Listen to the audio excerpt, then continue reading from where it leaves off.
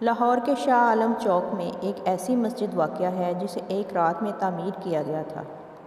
اس مسجد کے اتنے قلیل وقت میں تعمیر کی وجہ اور واقعہ بھی انتہائی دلچسپ اور ایمان افروز ہے۔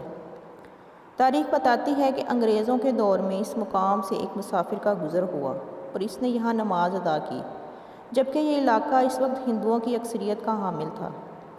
ہندوؤں کو یہ برداشت نہ ہوا اور انہوں نے ہنگامہ آرائی شروع کر دی۔ معاملہ عدالت تک جا پہنچا اور وہاں ہندوؤں کا موقف تھا کہ اس جگہ پر مندر تعمیر ہوگا، جبکہ مسلمان یہاں مسجد تعمیر کرنا چاہتے تھے۔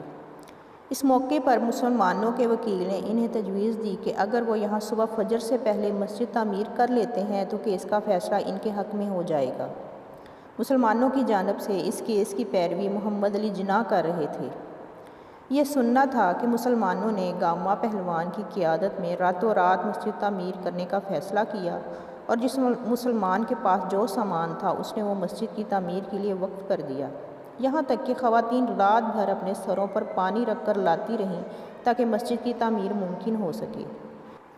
دوسری جانب مسجد کی تعمیر مکمل ہونے کے بعد عدالت نے بھی مسلمانوں کے حق میں فیصلہ سنا دیا۔